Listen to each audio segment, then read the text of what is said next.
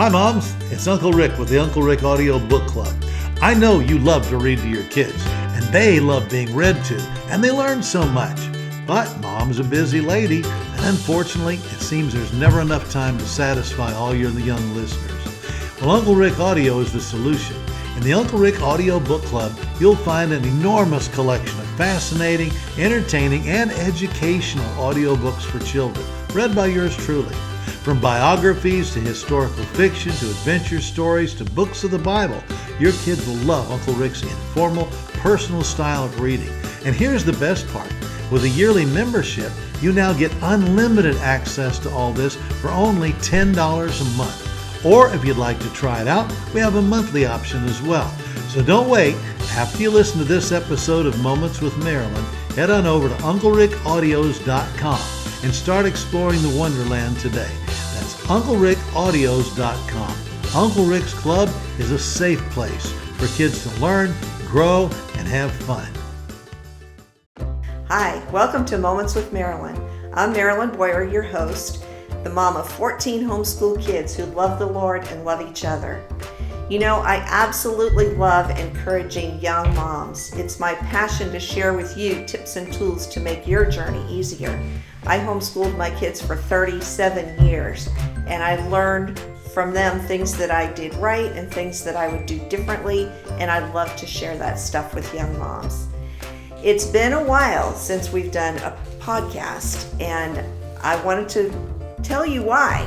One of the main reasons is that I've been writing a new series of books called What a Character series. There's 10 books in the series, and there's 10 stories in each book.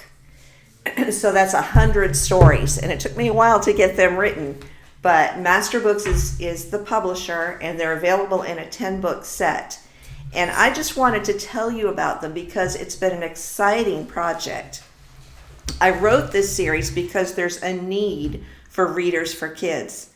In this series, kids will meet and come to know amazing people who helped build this great country. And it's hard to find good books anymore. I know what a challenge it was taking my kids to the library. It's like they're getting rid of all the good stuff and they're bringing in a lot of politically correct books for kids. Kids need heroes and heroines to look up to. Not that everyone in the founding of our country was perfect, but we have an amazing heritage in this country. Whenever I found references of any of these people to the Christian faith, I would quote them and tell about their relationship with the Lord. I find that stories of real people who helped to establish and build our nation aren't taught much anymore. And I wanted to preserve and pass on to the current generation these amazing stories. Our grandparents and our great-grandparents all knew about these men and women. But as years went by, the libraries began discarding many of the great old books enjoyed by past generations. I want to see kids become engaged with history and inspired to live useful, productive lives. That's the purpose. You know, we strove to teach our kids over the year to seek out opportunities to serve others. And teaching these stories is one way to help them catch that vision. I hope that your kids who read these books will get a fresh dose of patriotism, seeing what others have invested in the freedoms that we enjoy today. You know, a huge part of learning is to learn how to protect our freedom. If you understand what others did to obtain it. As they read about the lives of real people, they'll also learn many facts about history as a byproduct. When kids read about amazing feats men and women and animals accomplished, they'll be inspired to attempt great and important things with their lives. You know, we were left here on earth to please God and to live for Him. Reading about these men and women helps to move kids out of a selfish mindset and to learn to focus on others around them. It broadens their horizons. Let me comment too that Master Books has done an amazing job of adding images that are colorful and engaging to enhance each story. Kids will also get their vocabulary expanded. I have vocabulary in the margin to help them understand words they might not know. And we found that homeschool families like to use these in a variety of ways. They're specially written for grades 5 through 8 to read on their own. But younger kids absolutely love to have them read to them. And adults like the stories too, so they're kind of ageless. Families are using them as read-alouds, and we've gotten feedback that a lot of people use them for morning baskets. So let me just tell you a couple of what our customers have said about them, and then I want to tell you some actual stories that are so cool. One mom said, "These are perfect for middle grades. They're exciting as well as heartwarming. I have one eager reader and one reluctant, and this series is a great fit for both." Another mom said, "These are fascinating stories that bring history to life from a living history perspective. Each story highlights the courage and character of the hero and teaches history in a way that will stick in your mind without even realizing you're learning. For instance, we felt like we were dropped down into Lydia Dare's home as we breathlessly followed her courageous exploits to relay crucial information to General Washington." So it sounds like they read it as a family. So I've got lots more I could tell you. But I want to tell you some stories, and it's so hard to pick which ones. Like I said, there's 100 stories. So I'm just going to choose some of my very favorites.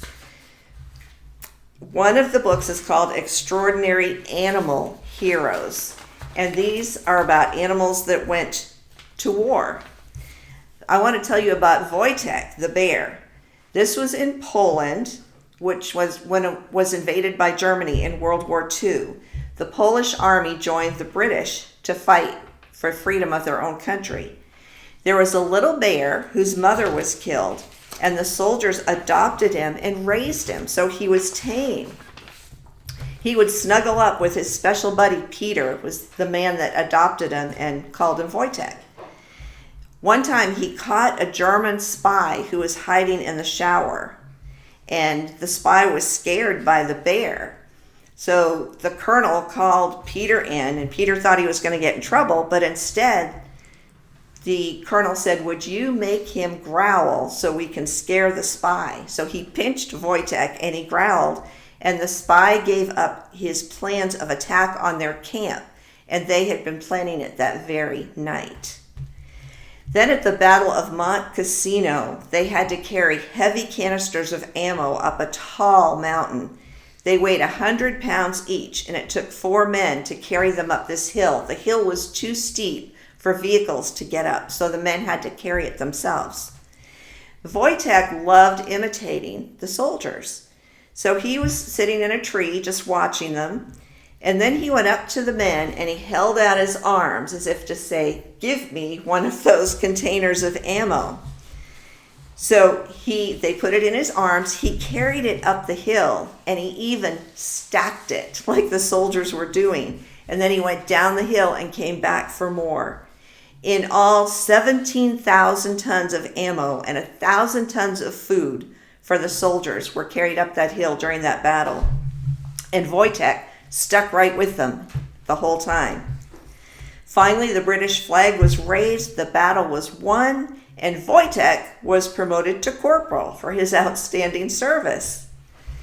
And I can't tell you his whole story, but he was used to help reunite Peter with his family that had to evacuate Poland. They ended up in Uganda, and you're going to have to read the story to find out how they got back together. At the end of the war, Poland was part of Germany, so Wojtek couldn't stay there. They had to send him to a zoo in England, but he was a hero by then, and they made him this huge grassy enclosure with a covered den and rocks to climb and a pond to swim in. He was visited by school children. He was famous, and the soldiers would sometimes come and wrestle him. The zookeeper would let them into the fence, and they would wrestle with him like they used to. And he was lauded as a hero bear. Really cool story.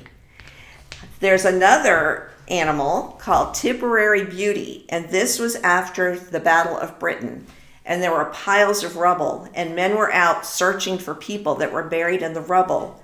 But Tipperary Beauty was searching for pets. Her owner found her, and she was sniffing, and digging. So he went and dug to find out what she was after, and it was pets. She rescued over 200 animals. And it might not sound like a big deal, but it really was, because these British people lost everything. So they were able to get reunited with their pets, or if their owner had died, the pets, somebody else offered to take the pet. And one time she was digging, and her owner dug up whatever she was digging at. It was a goldfish that was swimming around in its bowl. It was alive and it was swimming, but it had been buried in the rubble. So it's pretty amazing. I also wanted to tell you, well, let me just tell you what books are in the series. There's America's War Heroes. There's Inventors and Scientists. There's Extraordinary Animal Heroes, the 2 stories I just told you. America's Famous Spies, and I have to tell you a couple stories about that next. Heroes of the War of Independence, and oh wow, some of you may know I wrote For You They Signed about the signers of the Declaration, but there were so many more men than those 56 who had a part in forming our nation, so I tell about them in this book. Famous Women, Pioneers and Frontiersmen, Famous Statesmen, and Heroes of Early America. A lot of the Pilgrims are in that book. And let me just say, in the President's book, I chose 10 presidents who were actual Christians, and I give you their words about their testimony about the Lord Jesus. So you don't have to wonder what they thought. They wrote it down, and it's in that book. But let me just tell you about 2 more of my favorites. One is America's Famous Spies, Lydia Darrah. She was a Quaker spy. And Quakers usually had nothing to do with the war. They were peace lovers, and they were not involved in the war. So General Howe of the British Army had his headquarters in Philadelphia, where the Darrahs lived, and he used the Darrah household to hold meetings. One night, he asked Lydia to have the room ready for them and to have all of her family in bed by 8:00 p.m. He said, "I will wake you after the meeting so that you can get up and extinguish the fire and lock your door." Lydia couldn't sleep. She was fearing for her son, who was actually in Washington's army at nearby White Marsh, unbeknownst to General Howe. She listened quietly. She knew that in her linen closet upstairs near her bedroom, there was a room. The linen closet was above the conference room, and there happened to be a little hole in the floor in that linen closet. So she went and put her ear down, and she listened. She heard that the British were planning an ambush on the White Marsh camp in 2 days. This is where her son was. She went back to bed, and she pretended to be asleep. And after the meeting was over, Howe knocked on the door 3 times to wake her.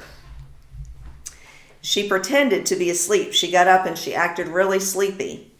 The next day, she did not know how to notify Washington. She did not tell her husband. She didn't tell anybody because she didn't want anyone else to be questioned about this.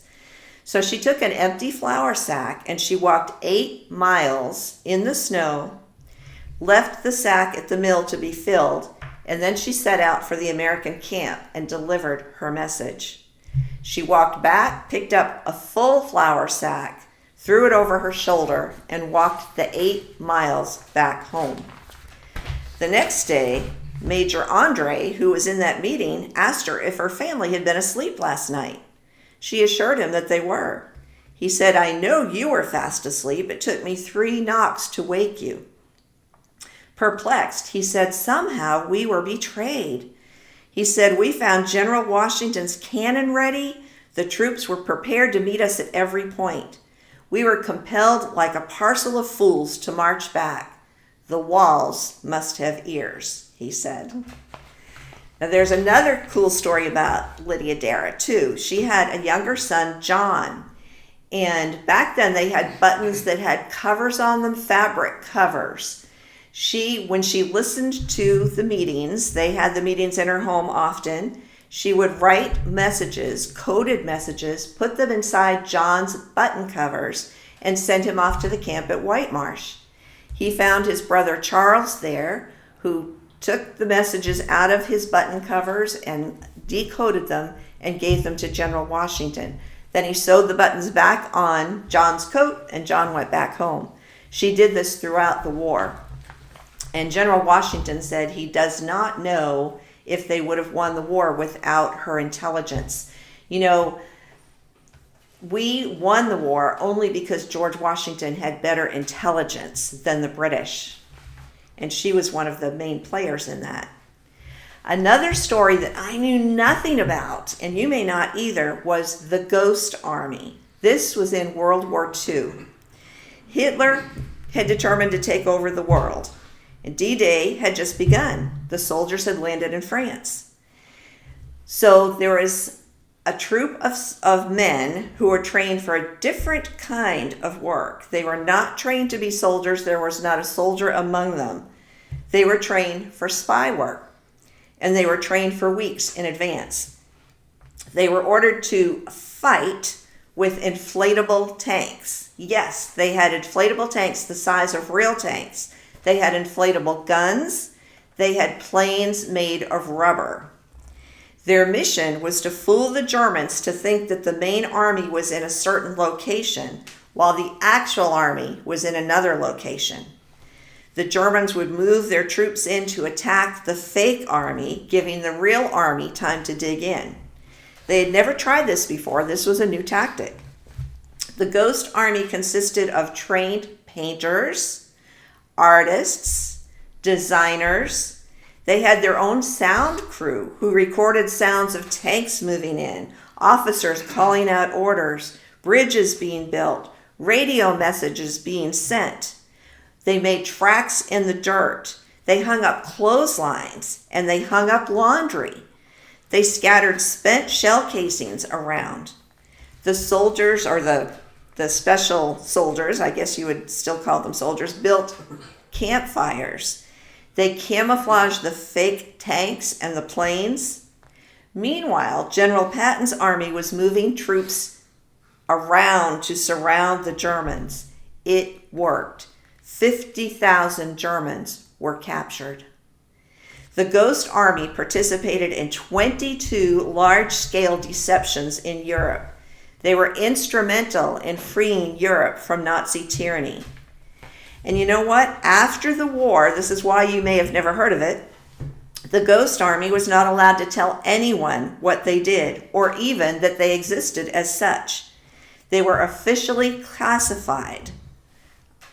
They could not tell anyone until the 1990s. It was kept top secret for 50 years. On February 1st, 2022, President Biden awarded the Congressional Gold Medal of Honor to the Ghost Army participants. Now, isn't that cool? That is so cool.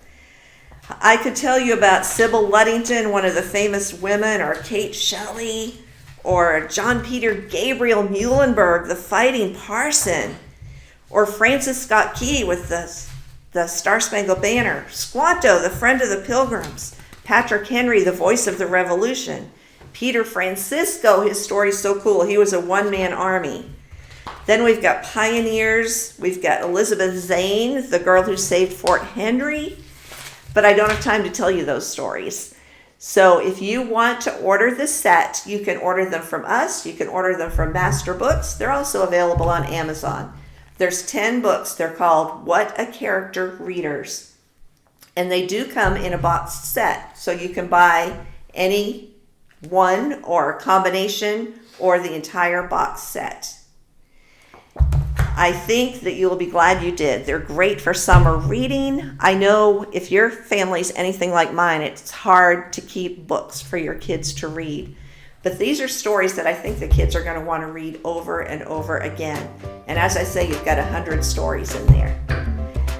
That's enough for today. We'll be back next week, and we've got something a little special for you next week. Thanks for joining me today. We'll see you next week. Do you wish you could get even more helpful tips and parenting tools? Well, now you can when you subscribe to Moments with Marilyn Off-Week Exclusives. With this reasonably priced monthly subscription, you'll be able to dive deeper with 2 extra episodes every month and become a VIP supporter of the show who keeps us on the air. Get back to Weekly Moments with Marilyn today by clicking on the Off-Week Exclusives link at the top of the show notes or description.